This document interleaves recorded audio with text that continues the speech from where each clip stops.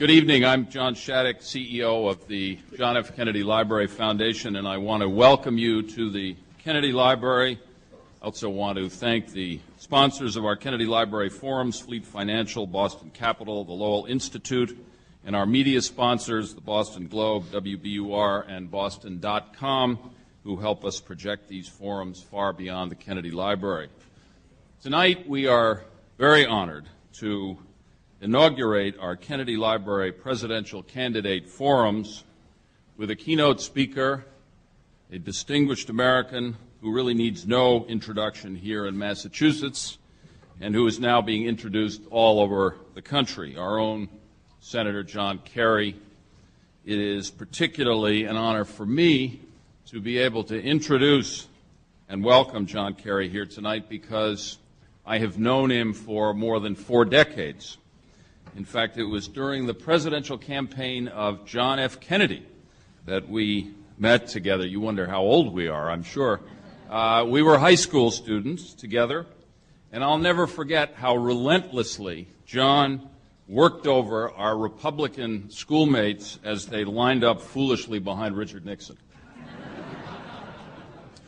Later, when we were students at Yale, I had the privilege of being John's debating partner, and I can assure you it was indeed a privilege because, as John says, we never lost a debate. 2 years before Senator John F. Kennedy announced his candidacy for president, he was asked at a Gridiron Club dinner in Washington whether he planned to run, and he replied, "We have lots of candidates. A recent survey asked each senator about his preference for the presidency, and 96 senators each received 1 vote." But when he finally announced his candidacy, Kennedy was deadly serious. He spoke about the awesome role of the office he was seeking in words that still, and perhaps now more than ever, reflect the challenges that we face today as a nation. He said, and I quote, "The presidency is the most powerful office in the world. In it are centered the hopes of the globe around us for freedom and a more secure life. For it is in the presidency that the most crucial decisions of this century must be made in the next 4 years, giving direction to our traditional moral purpose and awakening every American to the dangers and opportunities that confront us." John Kerry has been preparing for a long time for the dangers and opportunities that confront us today. Ever since the time of his service in Vietnam, he has been a patriot who speaks the truth about complicated subjects. A heavily decorated war hero, he felt compelled to question a war that was tearing his own country apart and devastating another. In 1971, John electrified the nation with his question to the Senate Foreign Relations Committee, "How do you ask a man to be the last man to die for a mistake?" And after leaving military service, John Kerry went to law school and became a prosecutor in Middlesex County. He took on organized crime and put one of the top mob bosses in New England behind bars, and later created one of the first rape crisis crime units in Massachusetts. He was elected lieutenant governor of Massachusetts in 1982, and then in 1984 he became the first successful candidate for the Senate anywhere in the country to be elected without accepting funds from a political action committee. In his 18 years in the Senate, John Kerry has never been afraid to make tough choices. He has taken on corporate fraud and misconduct, pushed for campaign finance reform, searched for the truth about American POWs and MIAs, fought to protect the environment, and worked to define a new American foreign policy, challenging what he has called the blustering unilateralism emanating from Washington today. I also want to take a moment to welcome and recognize Teresa Hines Kerry, environmentalist and educator, who is with us here tonight, seated in the front row.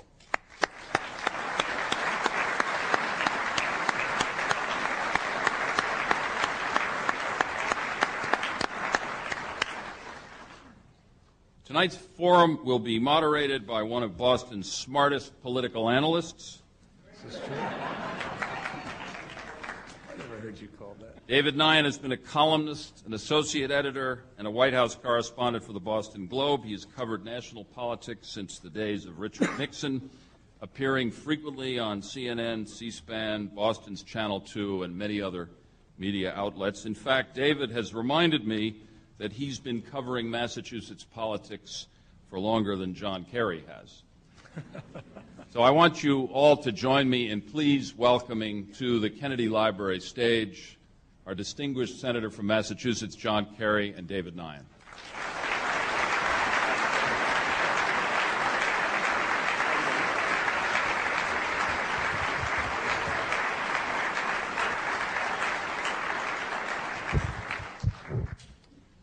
John, thank you for 4 decades of wonderful friendship. Thanks for those great times at Yale. I suppose it's not a little bit ironic that tonight here we're going to be talking a little bit about the environment, because together no one contributed more hot air or global warming than John and I in our debates.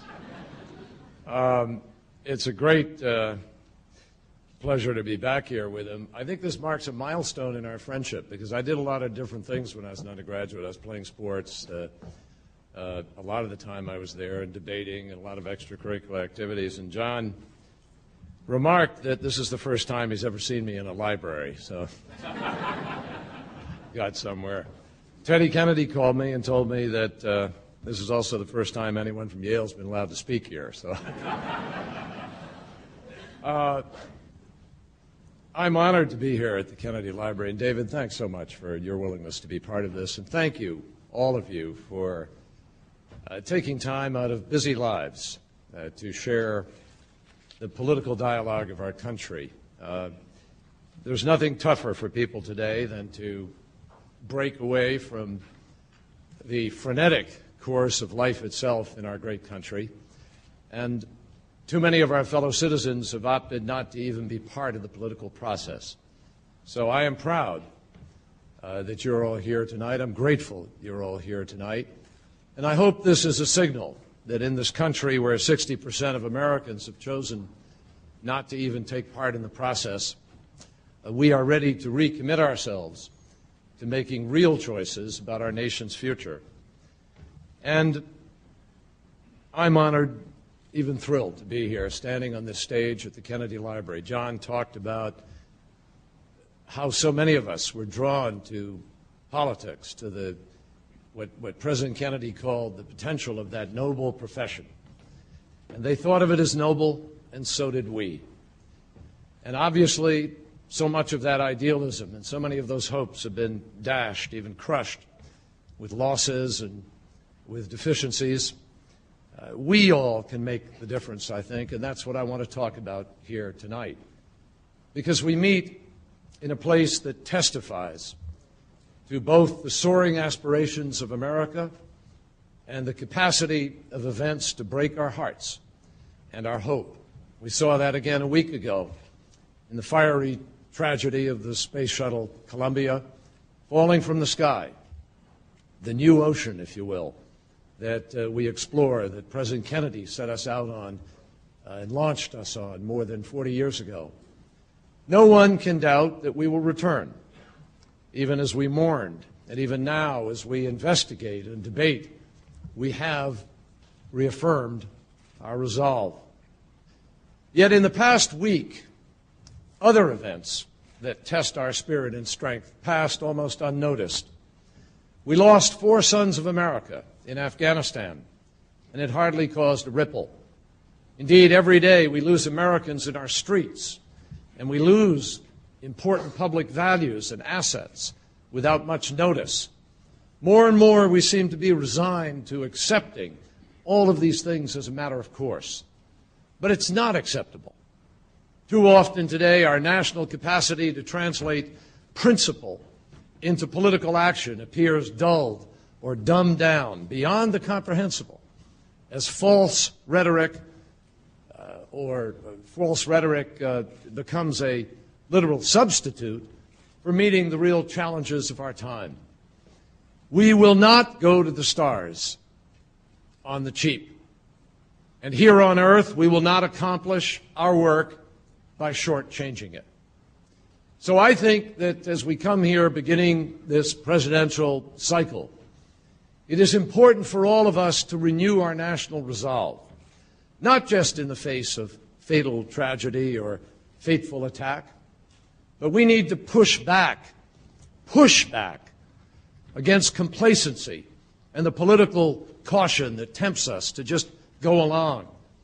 We need to push back on the tax cuts that make no economic sense, on stimulus packages that don't stimulate, on health care that is more and more a privilege and not the right that it ought to be.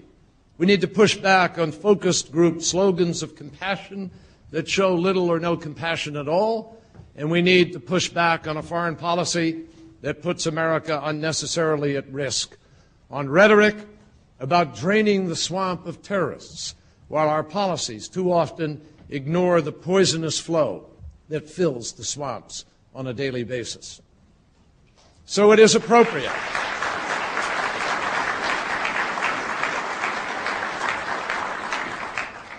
So it really is appropriate that we gather here tonight at a memorial to John F. Kennedy. His vision, without stretching and without exaggeration, can help us to focus in difficult times. One of his great gifts was the way in which he challenged us to dream of the future as only Americans can. He inspired us to set our sights high in the pursuit of progress and to find ways to reach our goals, to send a man to the moon, to confront ignorance and the injustice of bigotry, and to send Americans all over the world, to bring about a better life and to strengthen the bond among nations. He asked us to do these things not because they were easy, but because they were hard, and above all, because they were profoundly right. That's what we need to do today. All the politics that have been thrown at us that seem to rest only in the advice of consultants or those who make a profession out of refining the word spoken, all of that, it seems to me, could be changed if we just tell the truth and talk common sense and find a common vision equal to the best of our history and the best of our hopes.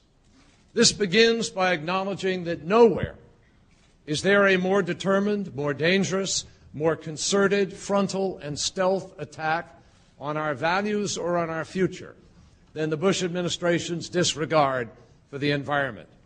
Nowhere.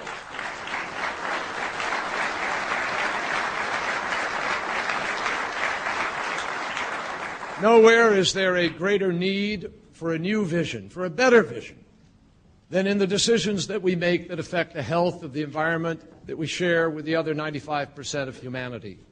We know intuitively that America is only as healthy as the water that our children drink or the air that they breathe, the yards and the parks in which they play, and the communities in which they live. The question is whether, armed with that knowledge, our generation will leave our children and grandchildren an earth that is cleaner, not more degraded, that is more beautiful, not more polluted, that is healthier, safer for children and for other living things than the world that we inherited from our parents and from our grandparents. I remember, as many of you do, reading Rachel Carson's Silent Spring and feeling that we all had a responsibility to do something about lakes that were full of toxins or rivers that were literally on fire. 30 years ago, I was part of that peaceful army of conscience that launched the first Earth Day here in the Commonwealth and around the country, and we demanded the most basic safeguards for our air, for our water, and our land.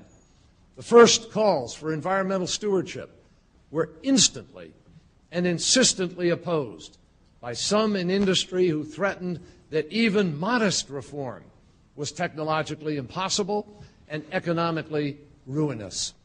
But across the nation, people gathered, they organized, just as we did here in New England, and they mounted a great democratic march towards pioneering new laws like the Clean Air Act and the Safe Drinking Water Act. These were laws that provided fundamental protections that almost every American takes for granted today. We removed lead from gasoline. We set out to clean up polluted waterways. We cut back air pollution. We took back land that had been lost to toxic waste. We built a partnership with the federal government, one that has been destroyed today. And we even saved the bald eagle from extinction. And with this progress, we disproved the rallying cry of the polluters and their apologists. We proved that a good environment and a sound economy go hand in hand. This was a bipartisan cause.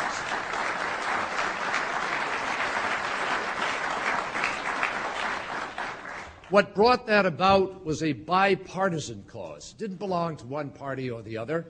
Republicans and Democrats breathe the same air, though one sometimes wonders. Our children drink the same water. But now, after a generation, when we sometimes differed on specific issues, but always moved in the same direction, this administration has broken the bond of shared commitment. When have we heard the President propose anything other than tokenism or moving backwards on the environment? Where is the strategy for energy efficiency to reduce pollution and to create the independence which we desperately need in order to prevent our entire economy from being held hostage to hostile powers? The environmental challenge, I assure you, is more pressing and more profound than ever today.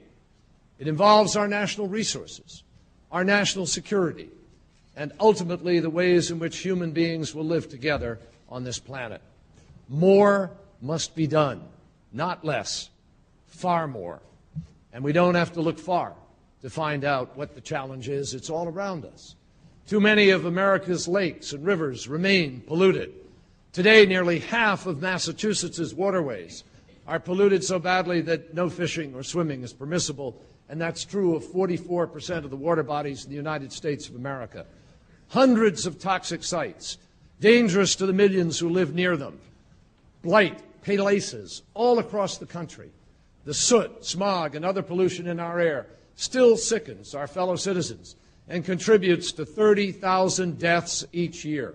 Thanks to dirty power plants that we refuse to modernize, mercury emissions are expected to actually climb 60 tons in 2010, a 33% increase over 1990 levels. Each summer, the smog triggers over 6 million asthma attacks and results in nearly 70,000 of our fellow Americans being admitted to hospitals. We are rapidly encroaching on forests, on wetlands and farmlands, and they've changed the wetlands definition to rush the process today. Natural ecosystems that sustain us are disappearing at a faster rate than ever before. The challenges have emerged now, and we understand the mortal threat of pollution to our oceans and to our climate better than we ever have. We've had our Earth Day. Many of you took part in it. I described it a moment ago. But now, if necessary, I believe that this administration, if it will not change the course, must face the fact that the next election year will become the next Earth year. That we need to plainly and unequivocally fight for the environment against those who are now at the center of power, who are dismantling that commitment piece by piece. Perhaps that charge takes some of you by surprise. I don't think it takes many of you here, but certainly some in this country. After all, in the State of the Union message, the President said, we will not deny, we will not ignore, we will not pass along our problems to other Congresses, to other presidents, and other generations. And to match that soaring rhetoric, the administration has launched a series of environmental policies so duplicitous that they would make George Orwell blush at the President's mastery of doublespeak. They've mastered the tactic of slapping a very slick slogan on their policy, and they make them sound precisely like something they're not. For instance, the President's Healthy Forests Initiative. It sounds great, healthy forests. The only problem is it's a program to kill the trees in order to save the forest. He has a Clear Skies program, which is based on the premise that our air will be cleaner if you just let the companies decide how much they're going to pollute. And we will wind up with more pollution than if we simply left the law the way it is today. I applaud the President for finally acknowledging the question of a hydrogen fuel car, but I'm convinced that the Freedom Car and the amount of money thrown at it and the lack of overall commitment initiative to other parts of that equation really means that it's been dreamed up to maintain the political freedom of the White House in order to open up the Rocky Mountains and the Arctic National Wildlife Refuge to oil drilling. It's the new Dick Cheney playbook. Drill today, drill tomorrow, hydrogen sometime in the future. And I hope that we will have the capacity to break through that particular smokescreen. The truth is that the President provides the right rhetoric, but then he pursues the wrong policy. He says he wants to clean up toxic waste, but he's reversed the polluter pays principle in the Superfund, and that means that the fund will now run dry and cleanup will stop altogether. There are literally thousands of sites listed in the Superfund to wait cleanup and have been waiting all these past years. The Atlas tax site right in Fairhaven contains cyanide, heavy metals, pesticides, and PCBs. Some 7,000 people live within 1 mile of the site, and this year the Bush administration provided exactly $0 for the cleanup. Across the country, 7 toxic sites and the communities that must live with them got nothing. The President's Clear Skies initiative, as I mentioned a moment ago, is almost anything but clear. It is, in fact, slower and weaker than the current law. It is a step backwards that will release the largest polluters of the country from the responsibility to be able to put new equipment in and meet the new source performance standards that we set under the Clean Air Act. The result will be that pollution will increase into the air, pollution that causes asthma, heart disease, neurological damage, and even death, and contributes to acid rain, smog, smut, soot, and mercury in our rivers and our lakes. And we will bear the brunt of the President's plan because although New England has done well itself in the past to try to mitigate some of these things, the problem is that the air will carry that pollution from distant, heavy polluting power plants to our communities, penalizing us even after our good efforts. It is, and I ask you never forget this, it is just a broken environmental program or promise. It is a broken promise from a president who pledged on the campaign trail to cut carbon emissions from power plants, and now he refuses to do it. The President calls his energy plan balanced, and I suppose it is, if by balanced you mean the same thing that it did for Enron or for WorldCom or other companies. But quite simply, if we enact the Bush plan today, we will find ourselves polluting more and more dependent on foreign oil in 20 years than we are today. His Freedom Car initiative throws a bone to those of us who asked for intensive research through these years, but it's no substitute for making the far more serious effort with respect to emissions for the 300 million cars that will be built before those fuel cell cars hit the road. And that's exactly what John McCain and I tried to do last year as we fought on the floor of the Senate to achieve it and as the President fought against us. The litany of environmental neglect and rollback could go on to wetlands, to toxics, to clean water, to roadless forests, to public lands. Corporate polluters have found in the Bush administration the doors of government are wide open. In fact, the administration invited in the chief lobbyists to rewrite the laws that were intended to protect us from them. This administration has heeded the special interests rather than, I think, the American interest, and the result has been the most wide-ranging retreat on environmental protections in a century. I believe, and I think you do too, that Americans want simple truth about these issues. They want to make sure that the water we drink is clean. But this administration tried to increase the level of arsenic after 10 years of study and after the Clinton administration had arrived at a judgment of how to proceed. Americans want toxic sites in our neighborhoods cleaned up But this administration has cut the number of sites we're cleaning up nearly in half in favor of tax cuts, and we all know where they're going. Americans believe in simple justice, that what you mess up, you ought to clean up. But this administration has found a new principle. When today's polluters pollute and profit, taxpayers should foot the bill and clean it up for them. Americans believe in cleaning up pollution, not subsidizing it. But this administration protects government subsidies that ignore or undermine our commitment to clean environment, for instance, the Fossil Fuel Energy Research and Development Program. It spends more than $400 million on R&D for oil companies, each of which could afford their own R&D and even duplicates the research that they're already engaged in privately. Meanwhile, clean alternative energies compete for the scraps of a mere $24 million in federal venture capital.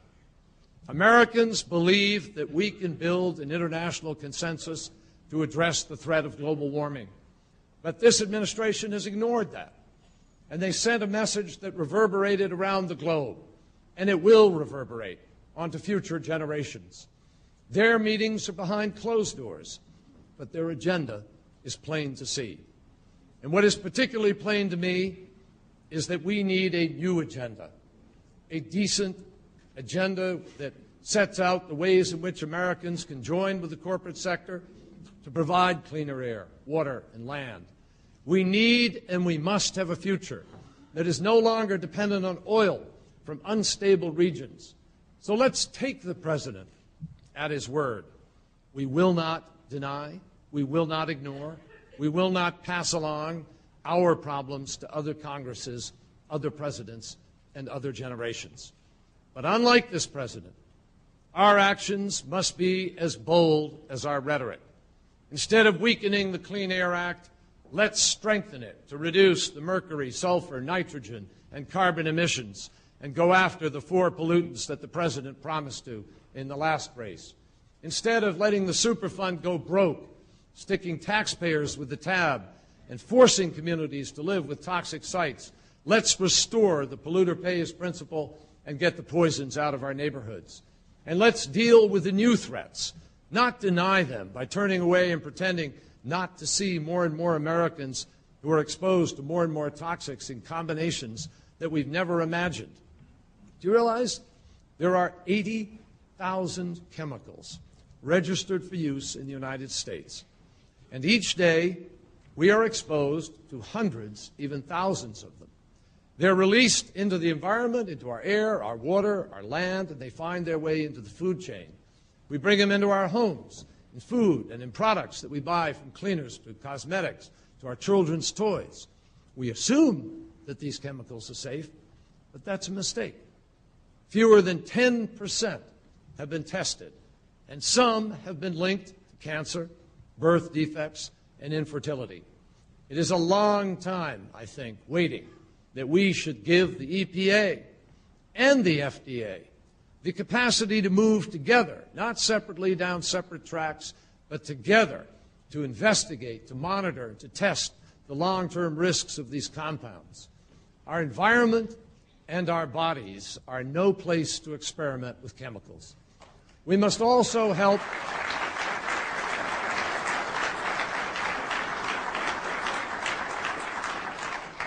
We used to have a partnership with our cities. There are many people in this audience I know who've worked in the course of government in those partnerships.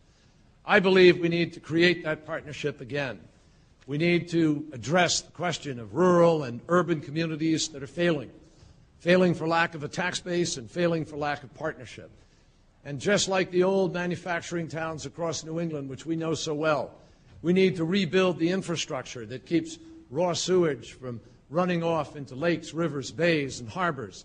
And beyond this, we need to leverage even a new urban strategy in America for local communities to plan spaces, to build community, to avoid the endless sprawl that robs us of our public spaces. And ultimately, we need to revive the urban center as one of the best places to live and to raise a family.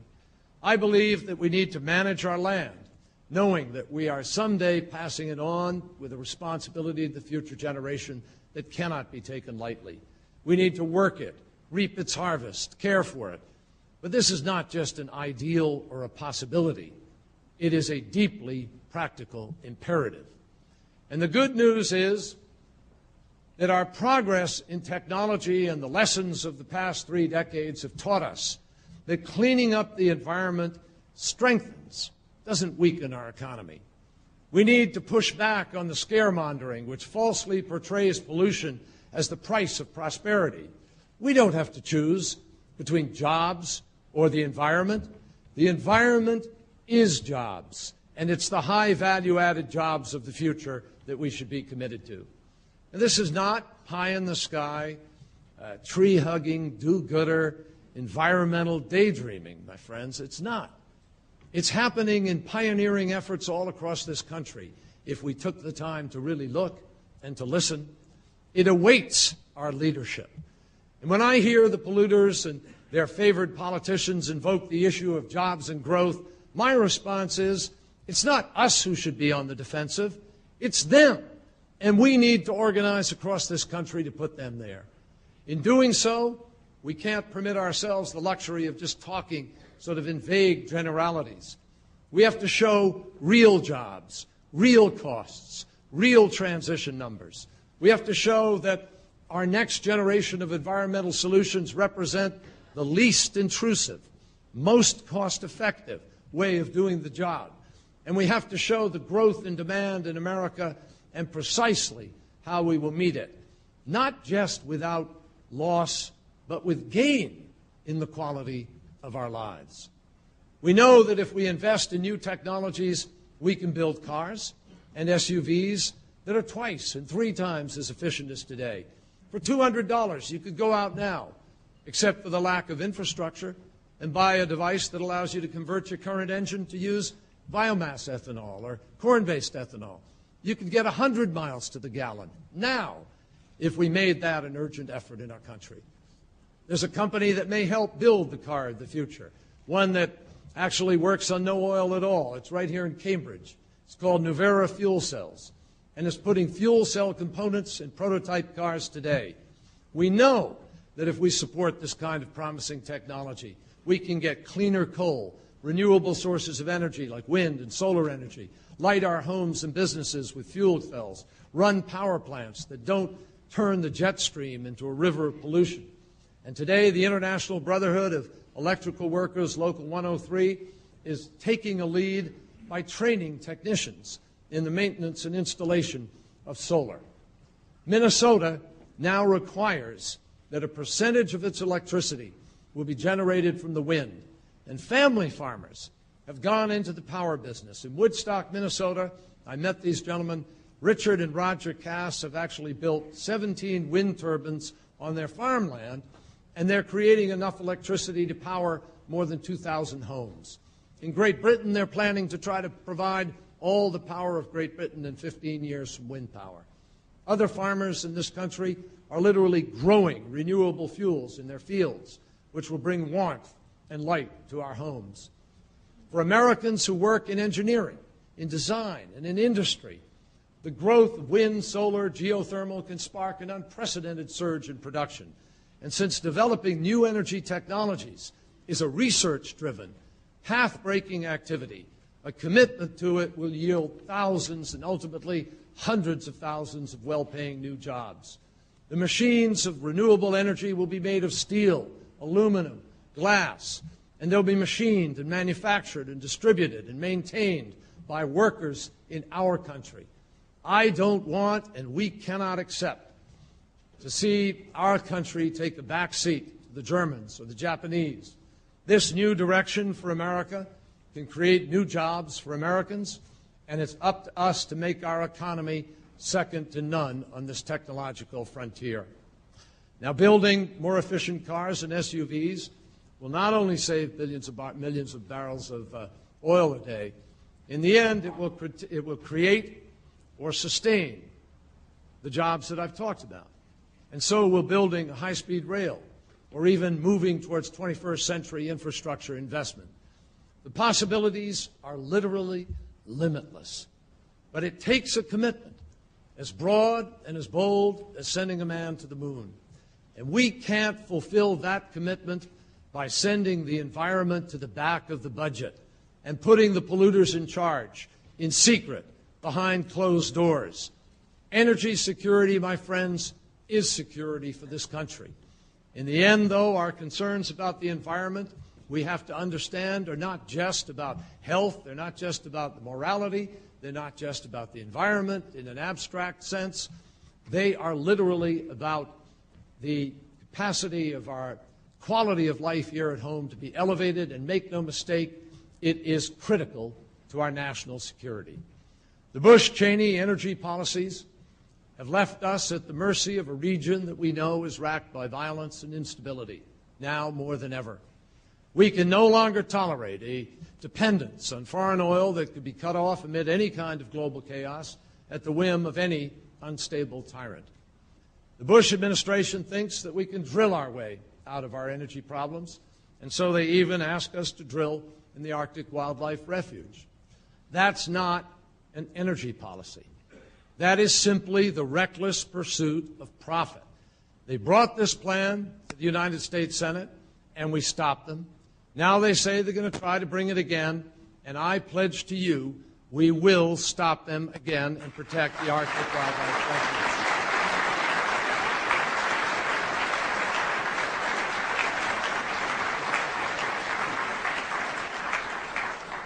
It's pretty clear from the budget process that this administration likes fuzzy math. But any child can do the math on oil. And the fact is that when 65% of the world's oil supply is in the Gulf and only 3% is in America, there is no way, no equation, no capacity under any imagination that the United States of America can drill its way to energy independence. We have to invent our way there, and it's time to get about the business of doing so. A founding member of the OPEC,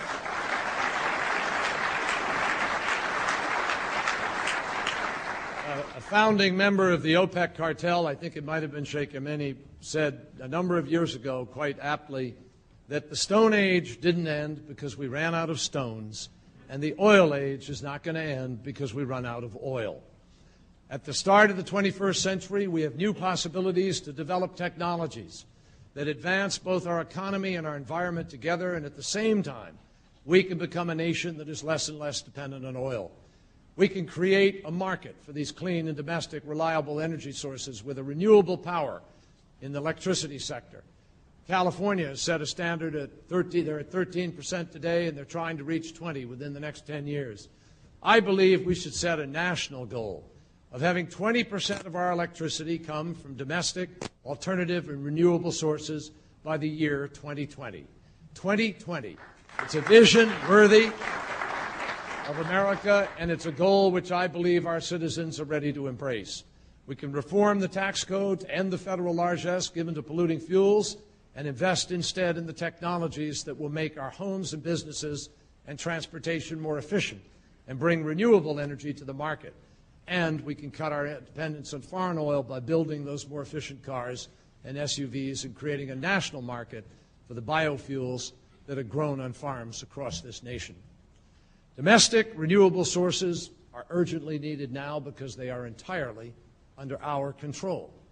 No foreign government can embargo them. No terrorist can seize control of them. No cartel can play games with them. No American soldier will have to risk his or her life to protect them.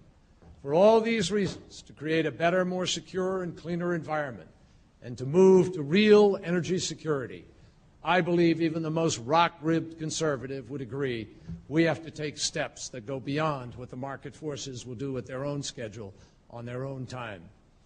We should be, I believe, the world's environmental leader, not follower. Our global environmental policy should be driven by our convictions, not by our constraints. America has not led, but fled on the issue of global warming. The first President Bush was willing to lead on the issue, but the second President Bush's declaration that the Kyoto Protocol was simply dead on arrival spoke for itself, and it spoke in dozens of languages as his words were whipped instantly around the globe. What the administration failed to see was that Kyoto was not just an agreement. Kyoto represented the resolve of 160 nations working together over 10 years. It was a good faith effort, and the United States just dismissed it. We didn't even aim to amend it. We didn't aim to sit down with our allies and find a compromise. We didn't aim for a new dialogue. The administration was simply ready to aim and fire and declare it dead, and what they hit was our international reputation. This country can and should. This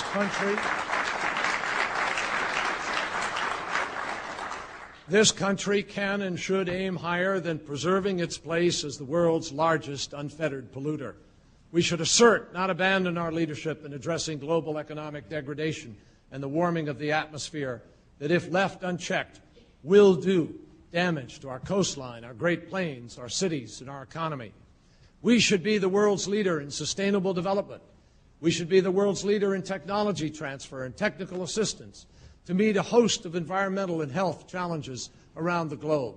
Several years ago, I worked with the World Bank to organize the first Sustainable Development Conference in Asia to help Vietnam consider the balance of development and sustainability so that Hanoi didn't come to be quickly like a Beijing or a Bangkok, a city where people have to wear surgical masks just to take a breath of air. We brought corporations and scientists and all the donor countries of the region, the Japanese, the Australians, the Chinese, French, and others, to find how they could open and operate a power plant using high-sulfur coal from southern China, but do it in a way that was responsible. And the question we should ask here tonight is why we're not doing that everywhere around the globe. The question is, why don't we have a president who recognizes that the friends we rely on to clean up the environment are friends we can call on to help clean out the stables of terrorism? If we're going to be the stewards for the air, water, and land, for our nation and the earth itself, we have to remember that we are all in this together. This is about our values. It's about who we are as a people. So those of us who are Democrats must stand as a party for the preservation and the protection of the environment. And we must do so unabashedly, with pride and with courage. We have to hold this administration accountable, and I wish it were otherwise. This should be a shared bipartisan commitment, and it was by Republicans before these Republicans. After all, some of the greatest progress on the environment came across party lines: the Clean Air Act, the Clean Water Act. It was Richard Nixon who looked at the burning rivers and smog-filled cities in the 1970s and decided to support an environmental protection agency. Americans don't think about whether they are a Democrat or a Republican when they worry about a child's asthma or polluted tap water. They think about their local towns and playgrounds, their everyday lives, and their future. My mother was a committed citizen. She started a local recycling program in Groton, and she worked in her community to build a nature trail. I still remember as a young kid, she woke me up early in the morning, dragged me out on a trail to listen to the sound of wild birds. I didn't understand it at the time. I thought she was crazy. But that's what the environmental effort really and movement has to be about. It's about leaving your little piece of this planet better for your children than you found it. Citizens like my mother across the nation work every day to preserve that legacy, and so should our national leaders. We hear a lot about the greatest generation. It is time for us to ask what they are going to write about our generation. And we should not be guided by big polluters or by Washington lobbyists. We need to be guided by a profound commitment to the protection of the earth and a greater and more healthy prosperity, a more genuine and stronger national security. If we want to be a nation that honors our responsibilities, values our families, and safeguards our society, then we have to change our direction. We have to forge a new path to an America that looks beyond the next election to the next generation. An America where the use of military might is not clouded by our need for oil, where the stability of our economy is not rattled by the instability of a dictator or an authoritarian regime, where no child grows up near toxic cities and toxic sites and poisonous chemicals, where citizens concerned about the environment have the same access to the White House that big oil companies do today, where our children can treasure the calm and clear water of the Great Lakes and the majesty of the Rocky Mountains. In the summer of 1963, in the months after he signed the Nuclear Test Ban Treaty, what he called that first step to make the world safe for human survival, President Kennedy traveled across the western United States to the Rockies and beyond. And he spoke of that other fundamental cause that would shape the future and the fate of America, the conservation of our land, our air, and our water. That call summons us today with renewed urgency. Like his call to end the nuclear nightmare and the evil of racism, the outcome now is up to all of us. And we have to believe, as he did, that here on earth, God's work must truly be our own. In that spirit, we need to embark on a new journey toward that timeless vision of America the Beautiful. And long after that journey, let our grandchildren look back on it and say, we were the generation that used our time to protect the earth for all time. Thank you for the privilege of being here.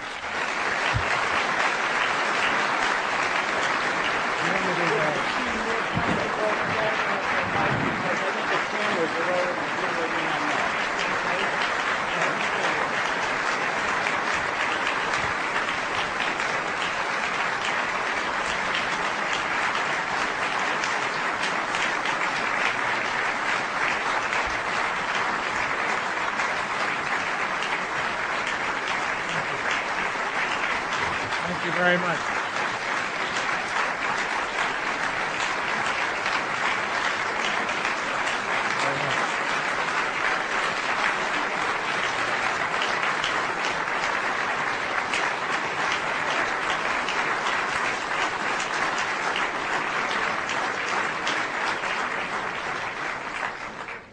Senator, thanks very much. Now I know how you and Shattuck won all those debates at Yale. You out-talked the other guys. I apologize. Judging by the warm reception in the hall, and for the C-SPAN audience, I can tell you it was a warm reception. A lot of people standing at the end of it. You have proven that you can deliver the long speech. My role here tonight now is to give you the opportunity to demonstrate your mastery of the short answer. We're running a little behind, and I've been asked to kind of speed it up if I can. So I'm going to use my prerogative and put just 5 questions to Senator Kerry, and hopefully, and I know these are complicated issues, and you'll understand if he tries to be brief. And then we're going to give the audience a crack at you, Senator. Great. Let's start off with Iraq. People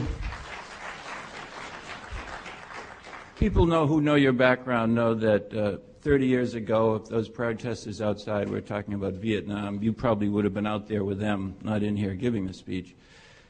You voted for the resolution giving President Bush virtually untrammeled authority to use his discretion to launch a war. What do you say to people who ask, isn't this an awful lot like that Tonkin Gulf resolution? David, that's a great question. And let me say to the protesters, I said this earlier with the press upstairs, I have enormous respect for the commitment and passion that is motivating lots of people across the planet to be concerned about the potential of war. And I certainly pledged to myself when I came back from Vietnam that if I was ever in a place of responsibility to make any decisions, I would do so with the utmost thoughtfulness and with a remembrance of what it is like to fight in a war when you lose legitimacy and consent of the American people. That's why I wrote in the New York Times I guess it was in September, and I said as clearly as I can that America should never go to war because it wants to. America should go to war because it has to. And you don't have to until you have exhausted remedies available to you, and you certainly want to build the legitimacy and consent of the American people. The dilemma with respect to Iraq and the weapons, the resolution on Saddam Hussein was, and this is the difficulty in any vote, you can vote no, but, and there are a whole lot of qualifiers, or you can vote yes, but, and there are a lot of qualifiers sometimes. The way people read the votes, they don't see any of the qualifiers. The fact is that I have believed for a long time, I wrote a book 4 years ago called The New War, about the increasing problem of criminal activities across the planet, the movement of money, the movement of weapons, the proliferation capacity, and the obvious capacity to fall into the hands of terrorists. And I predicted in that book that it would take one mega event in one city in America to change the face of the planet, and it did, September 11th, 2001. Proliferation is the most serious challenge on the face of this planet. Enormous consequences because of terror. And I thought that we had a legitimate concept, all of us together, the United Nations in the wake of the 1991 war, and that's what left Saddam Hussein in power, the ceasefire agreement of 1991. And under the terms of that agreement, not with the United States, but with the United Nations, Saddam Hussein agreed to disarm and to cooperate and to fully disclose. And for 8 years, we had inspections. We learned during those inspections he was much further down the road towards the creation of nuclear weapons than we thought. We learned also that he had much more biological and chemical weaponry than we thought. Then all of a sudden in 1998, the inspectors were prevented from going further. President Clinton responded with 4 days of bombing called, I think it was Desert Fox, and subsequent to that, nothing happened.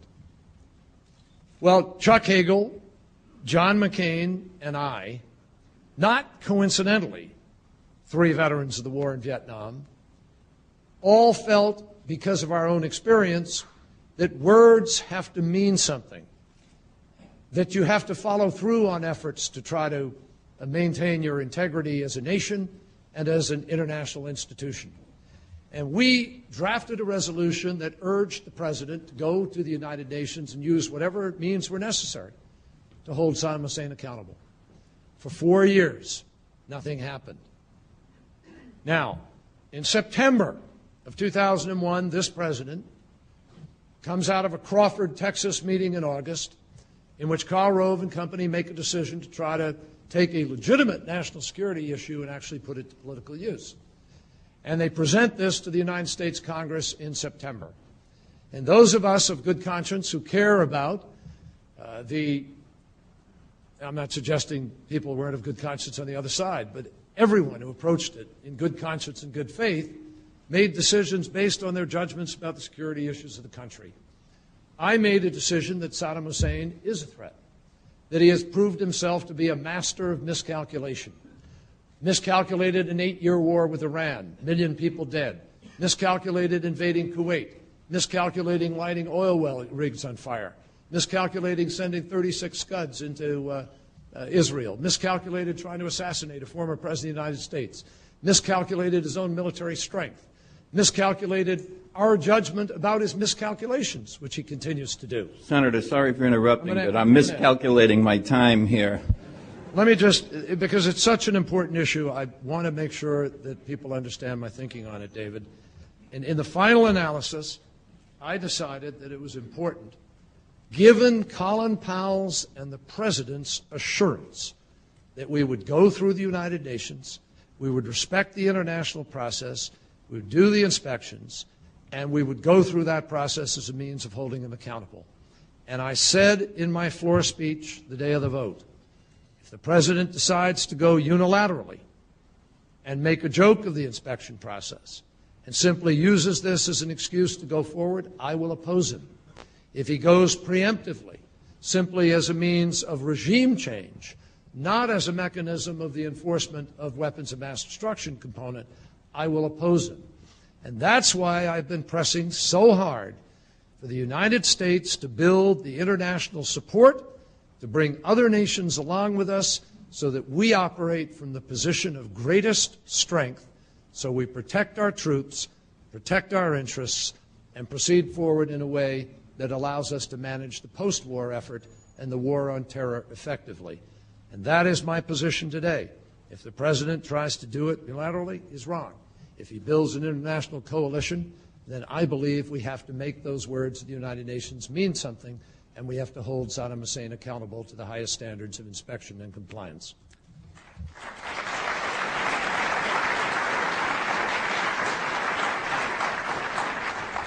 Senator, North Korea already has chemical, biological weapons, perhaps even greater than Iraq.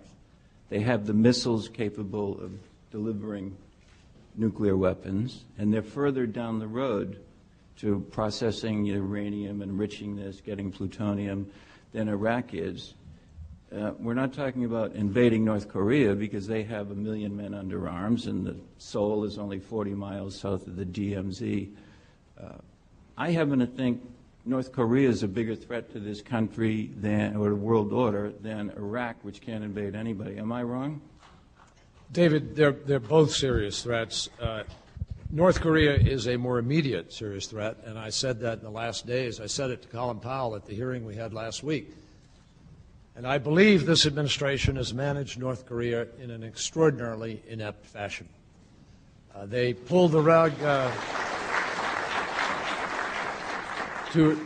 Kim Jong-il is responsible for having cheated, and no one should make any excuses for Kim Jong-il. But at the same time, we pulled the rug out from under our own Secretary of State, Colin Powell, who announced we would continue the Clinton policy of discussions. We pulled the rug out from under President Kim Dae-jung while he was visiting the White House, sent him back to South Korea, humiliated and embarrassed. We have succeeded in making the new president of South Korea capable of running by running against the United States of America, as well as Gerhard Schroeder in Germany, who ran against the United States of America. When people are running against you and they're supposedly your allies, you ought to sit back and take notice and think something's wrong, folks. It seems to me this administration has ignored the need to have discussions. And the bottom line is this. North Korea is more immediately dangerous because those fuel rods have the capacity for the reprocessed plutonium to be taken out and immediately converted into 5 or 6 nuclear weapons within the next 6 months. So the fact is that North Korea is closer to creating a nuclear weapon and proliferating than is Saddam Hussein. And it is doing so mostly because this administration has been unwilling to engage in real diplomacy. They've gone around in circles, making a lot of noise, finally coming back to the exact place where Bill Clinton left off, and now they're trying to figure out how to get out of a box of their own creation, which is, they said, they don't want to be blackmailed, therefore they can't talk directly, but they're not even using the Japanese, the South Koreans, and the Chinese effectively to do it for us. It really is one of the most inept, amateurish moments of the conduct of American interests in foreign policy that I can see in recent time. I think we need to have.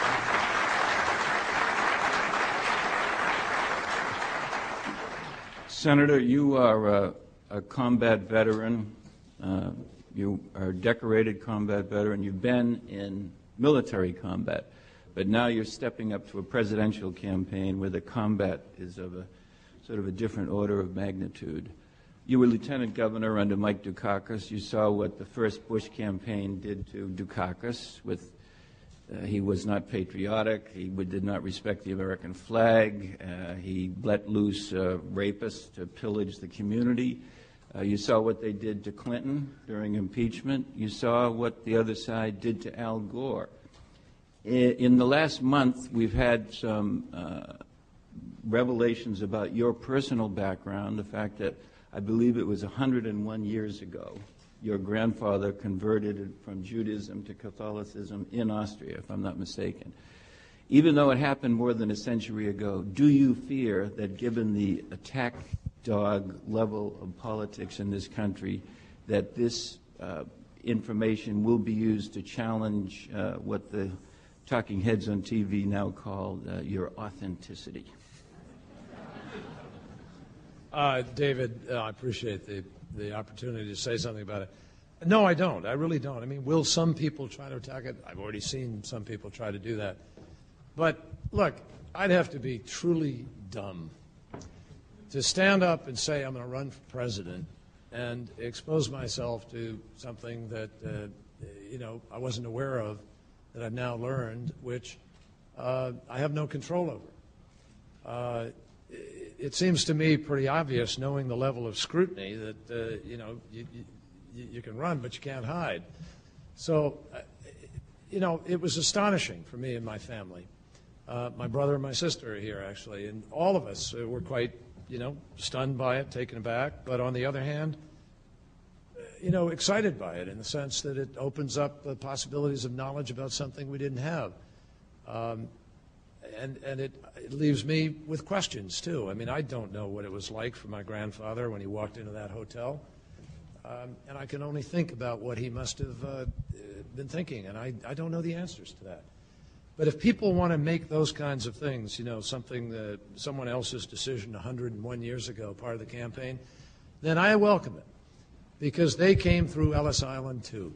They came to this country from whatever it was they were trying to escape to find a different life.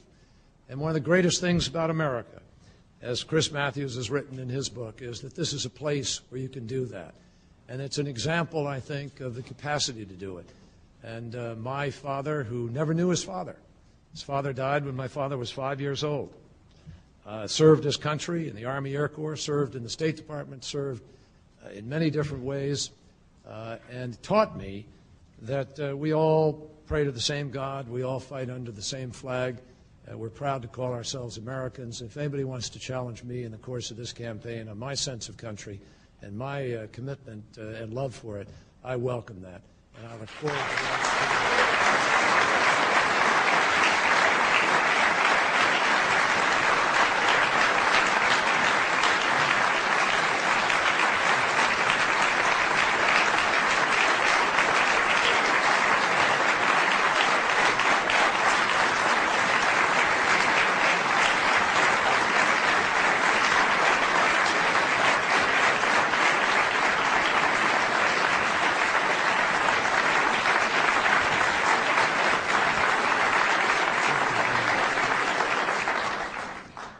I think they like that answer, Senator. I might add also, I mean, that, as you all know, in the Dukakis campaign, Michael's the first to say it. He didn't fight back. He made the mistake of believing that you could break through without it. I learned the hard way back in 1972, actually, in Lowell, when I didn't fight back. We didn't know how to. We were kids, and we didn't know what we were doing. But I think in the 9 one-hour televised debates I had with Bill Weld, as well as in all of the campaigns I've been part of, I welcome a fight. I think most of you know I like a good fight, and I'm prepared in this one to try to keep the fight about America's future. It's on the issues I talked about today and so many more. I want to bring young people back into the political process. We need to reinvigorate this country's politics, and we need to do it just by talking straight. If they want to engage, as I know they have in South Carolina and other places, in the politics of smut and dirt and so forth, then they run the risk of really alienating the American people for the long term. I think if we offer America real choices, and almost on every single issue facing this country, health care, education, children, transportation, infrastructure, foreign policy, you name the issue, and I'll tell you there's a better choice for the United States of America, and we need to offer those choices to our fellow citizens.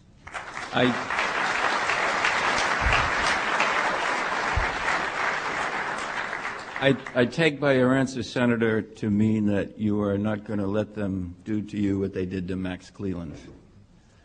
No, I'm not. I talked to Max frequently in that last week. Max is one of my closest friends in the United States Senate. He and I have visited several times since then, and I look forward to his support and help in this race. And I urged Max to strike out a little more, and Max thought he had it under control, and I think it just was a misjudgment. But there were many of us, Bob Kerry, myself, and others, who felt very strongly that should have been a stronger response. Let me also say to everybody here, and I welcome this chance as we go out in the course of this campaign, I will never forget and I will never forgive the Republican Party for what they did to this man who left 3 limbs on the field of battle. And if that's the way they want to play it and the way they want to take their politics, then they're going to find a lot of Vietnam veterans and others in this country who have a better definition of patriotism than they do. And I will not allow that.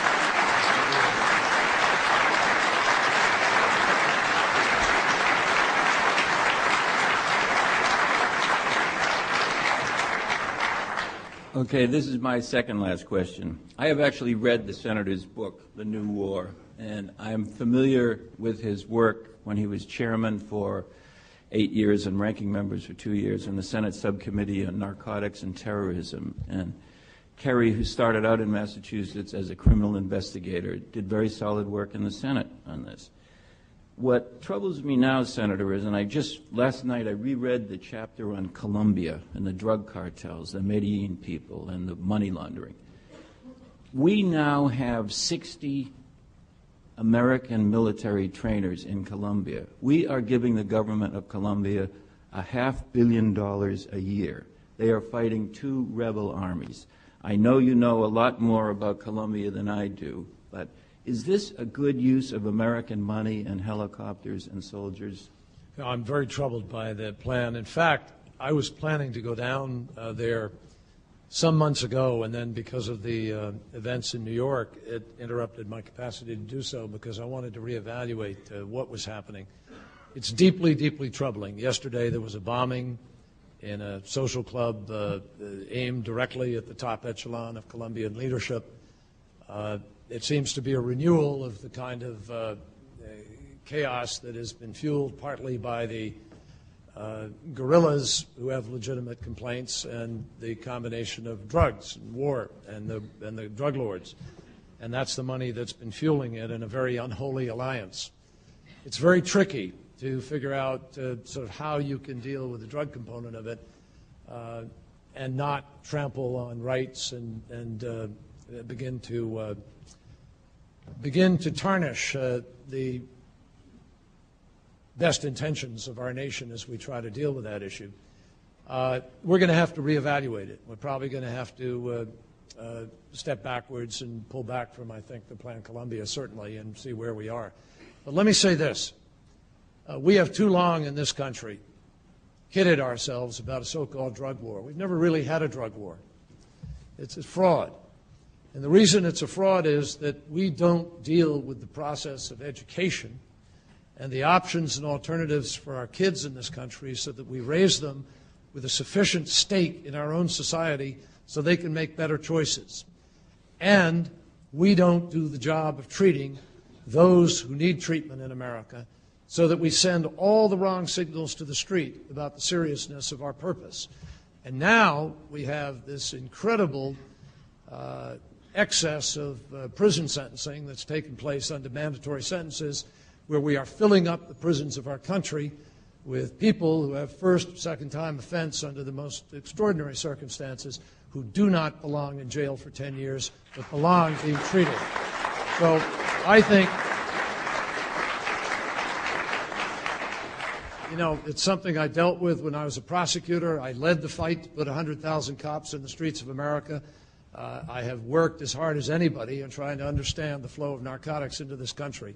And until we are serious here about treating people and about changing the ethics and providing a stake for people, there are those who are always going to find ways to fly under the radar, under the water, and find the means of supplying. And much of it, incidentally, is manufactured right here in the United States in designer drugs. So we've got to change our thinking and get smart. Senator, my last question is really going to be addressed to the audience, and then I'm going to give you a chance to comment on the reaction. May I ask for a show of hands, how many people here would like to see Senator Kerry announce that should he be the nominee, he would give consideration to making as his vice presidential nominee his good friend and fellow Vietnam veteran, Senator John McCain of Arizona? A pretty good show of hands there, Senator. What's your comment? I'll pass that along to John McCain. All right. And I know precisely the look he'll give me, too. The weekend before McCain won the New Hampshire primary 3 years ago, he called me into his hotel room in Manchester, and the first thing he said was, "What happened to Bill Bradley?" And I said, "You happened to Bradley. You sucked all the oxygen out of the water." And the second question he had was, "Why didn't John Kerry run for president?" Well, John is, I love John McCain. He's a very special guy. Who knows what he'll do or where he'll be. I know that he was mistreated down in South Carolina in the most disgraceful way. And he has not forgotten that either, I can tell you. All right, we got 11 minutes for questions from the floor, so if anybody has a question for Senator Kerry, young man in the red jacket, go ahead. City Year. Does everybody recognize the great City Year jacket?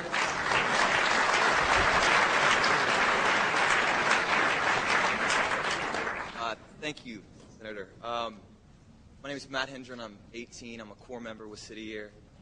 First off, let me say that I applaud your environmental agenda, both because I actually teach an environmental curriculum to 3rd through 5th graders, and also because I've actually developed asthma since moving into a polluted community in urban Boston. In last year's State of the Union address, the President spoke to the importance of national service. While many Americans have responded to his call, making the real choices for the nation's future, which you spoke of, there's been a freeze on AmeriCorps enrollment due to lack of funding. What can Congress and the President do to ensure that young people and old people alike have the opportunity to serve, and that national service remains a priority to both Congress and, I guess, just in the national agenda as a whole? Well, I think, unfortunately, Congress isn't going to be able to do that much because the President now has both branches of Congress, and the President's budget does not provide for it. So the Republicans clearly are on a track where they think it's more important to provide enormous tax relief, $674 billion worth. 60% or so goes to the top, or 40 to 50% goes to the top 1% of American income earners, and that's not going to you or to these other choices that we face. This is a simple choice for America in these next months. $1.6 trillion went back to Americans in the tax cut the President passed in the first cycle. It meant only $300 to most Americans in terms of their, give back for that year, because most of the tax cut is in the back years. But by taking it off the table in the back years, it robs us of all of our choices now. So this administration, for back-ended tax cuts, most of which, as I say, are not necessarily guaranteed to even stimulate the economy or to benefit those that are working hard and playing by the rules in the middle class, we are going to see all of these other choices taken away from us. I believe we have to have the courage to stand up and offer the country this choice. You either are going to do health care, we're going to do early childhood education, Head Start, Smart Start, Healthy Start. We're going to provide for the capacity to kids to have class sizes where teachers can teach kids with remedial needs, be able to get those needs met. We're going to have the ability to be able to keep school doors open in the evening, feed people into programs. So I think that's the electricians union telling us they want shorter answers. so that we have the ability to feed that. And I believe that everybody in America ought to give some kind of service to their country at some point in time.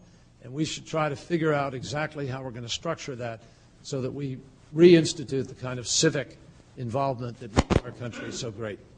Thank you. Let's have, it may be that some of the questioners are standing on that taped wire, so if you could just sort of stand away from that wire, you won't get fried, and maybe we can hear you. Short questions, please, and short answers, please. Senator, the international community has universally condemned the Vietnamese government from its gross abuses of human rights, from burning down the churches to arbitrarily arresting journalists and writers to imprisoning any and all who dare to speak about democracy. Amnesty International, Human Rights Watch, the European Union, and even the U.S. State Department. Because we're, excuse me, ma'am, because we're at the end of the program, could you put your question? Thank you. I have all concluded that the human rights situation in Vietnam has gone from bad to worse. So now I want to know what would you do as a U.S. senator, and if you were elected president, what would you do to advance human rights causes in Vietnam and around the world? Thank you. I appreciate your question.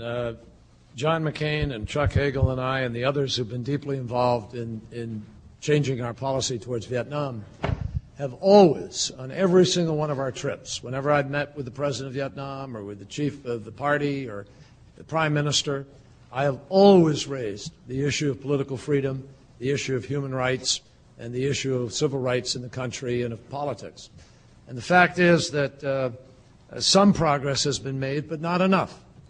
And we continue to join in criticizing the government and urging the government to open up further. But I believe very deeply, I think last year there were about 67 labor strikes in Vietnam. People were allowed to strike on their job because they didn't have adequate pay or other safety measures they wanted.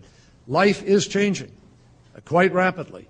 The Vietnam that I visited first, I think around 1990, after the war, has transitioned to an extraordinarily active marketplace.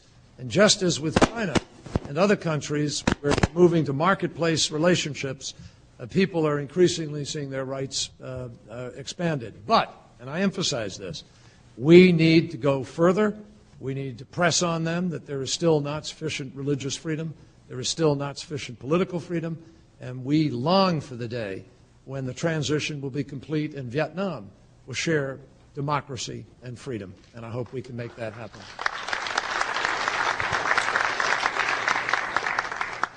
Good evening, Senator. I'm from West Hartford, Connecticut. I'm a teacher, and I've got some students here with me today. I applaud your remarks on the environment, but as a moderate, I'm apprehensive about its price tag. How are you going to go about making sure that those things happen with the fiscal crisis we're in right now? Well, we're in a fiscal, the president, I heard him out in Michigan the other day, and he was talking to Michiganders saying, I'm here to tell you that you deserve more of your own money back. Right? The Republicans have this wonderful slogan, it's not the government's money, it's your money, you deserve a refund. And that's the theme on which they run around the country. But he's not telling the truth to those Michiganders or otherwise. It's not your money anymore, it's your children's money. We are taking from Medicare, we're taking from Social Security, and we're taking from people earning $40,000 a year in order to transfer it, or less, to transfer it to other folks at the upper end. I believe if we pulled back the Bush tax cut, that part not given, I won't take away any tax cut that somebody's been given, but if you take part that which is yet to come, then you have a revenue stream that allows you to begin to make the choices that I described. That's number one. Number two, and I want to be very quick to live up to David's standard here.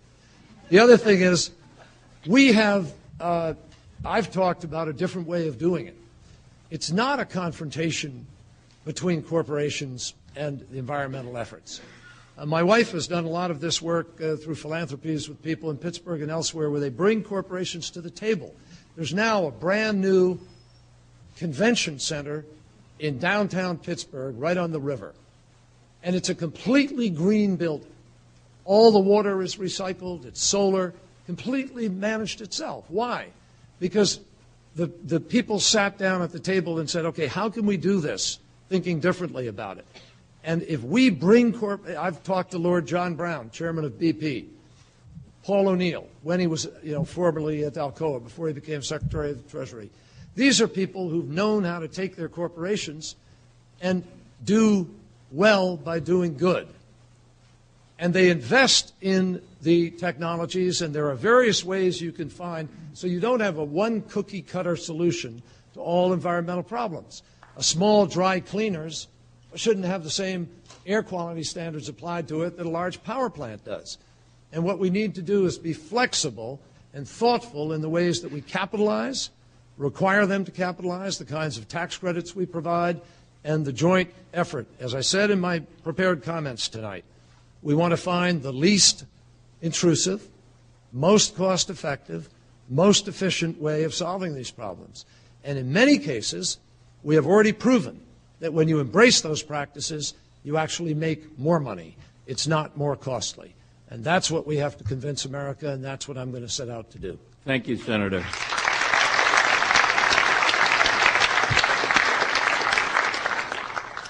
Good evening, Senator. Do you believe that the President's about-face regarding the creation of the Department of Homeland Security was largely for political gain? And if not, how would you account for the lack of funding for those initiatives at the state and local level? I can't understand the lack of funding. It's extraordinary to me. I've talked to frontline troops, firefighters, police officers, health officials who do not have the training yet, who do not even have the equipment to be able to begin to be prepared in the way that we ought to be. And so here we are raising these colored alerts. And let me ask you, how many of you here know, if you heard there was a smallpox attacks here, do you know who you'd call? Do you know what you'd do? Do you have a phone number? No. I'd call Mass General myself. David, I think you'd be on the first ride out of here to that Maine cabin of yours. So the answer is, was it purely political? No, but remember, it was announced during the very week when the press was hot on the issue of what they did or didn't know about September 11th. And all of a sudden, in a week of secret meetings, suddenly the very thing that we had proposed a year and a half ago was offered up to America.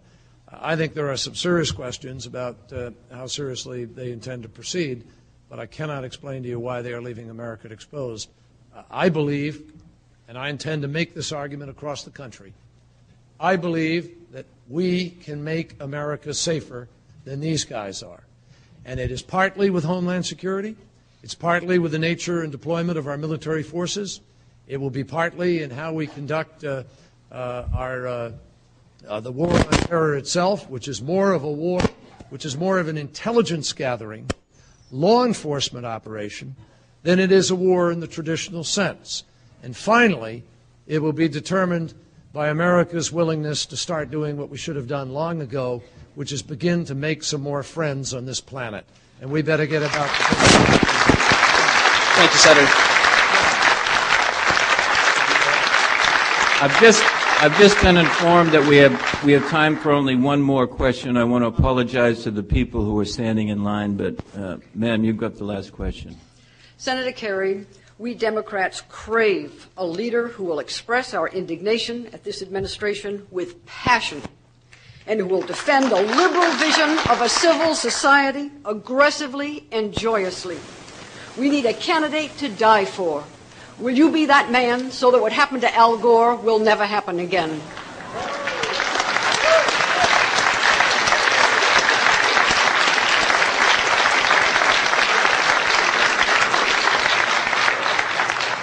Well, let me begin by saying, if I'm going to be a really good candidate, I don't want you to die. I want you to come out there and live with me.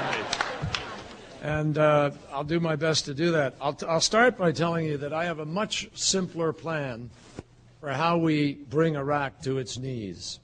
All we have to do is send the Bush economic team over there to run the country and take care of it. I will do my best. To live up to your very high standards, and I really look forward to this fight. I have to tell you, I'm as focused, as excited, as energized as I've been since I came back from Vietnam. And if I can take the liberty of just closing by saying to all of you that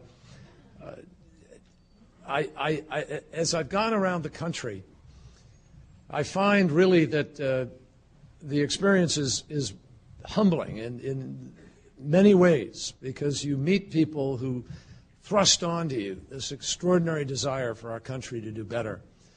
And I keep feeling the sense of responsibility to live up to that, to try to do it. But also the excitement, because all over this country there are people of good intention and goodwill who know that we can do better, who know that we can speak to a whole bunch of people who have been disenfranchised. We never, in our party, ever should have allowed, not because they're bad, I understand and sympathize with much of what they're saying, but the reason the Green Party could build such support and be so successful is that to a certain degree our party forgot what we ought to be talking about and was voiceless in the effort. And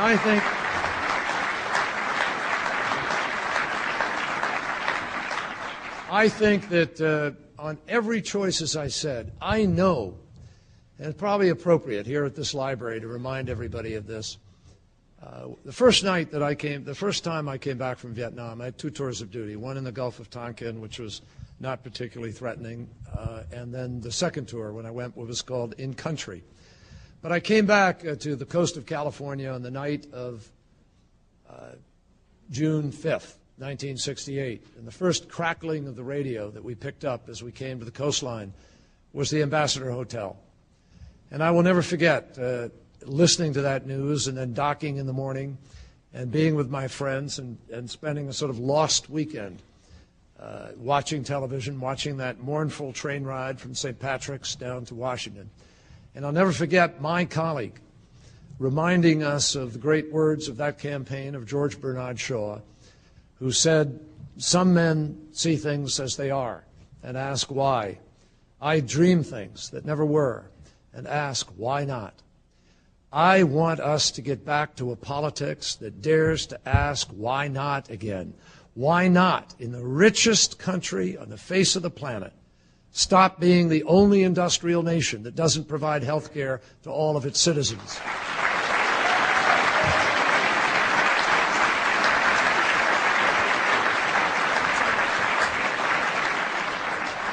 And you know there are a host of other why nots. Why not, instead of spending $70,000 a year to house somebody in jail for the rest of their life, put $5,000 or $10,000 into the City Year effort or into Head Start or Early Start or Smart Start and make sure that we give kids the chance to be full citizens for the rest of their life? Why not go to the moon? Why not literally do what President Kennedy did in the 1960s, where he challenged us to do what I said earlier, which was hard? Why not go to the moon here on Earth by declaring for the next generation that we will be energy independent and we will find a way to break out of this cycle where we pollute and do the things we talked about today? We can do these things, and I pledge to you a campaign of energy, of every ounce of what I have in my body, to go out there to make our politics real choices and hopefully a noble enterprise again. That's what it ought to be. That's why I came into it. And that's why I'm so honored to speak from this stage in a memorial to a place that celebrates the life of a man who brought so many of us to this endeavor. Let's make it worthwhile and finish the job. Thank you very, very much.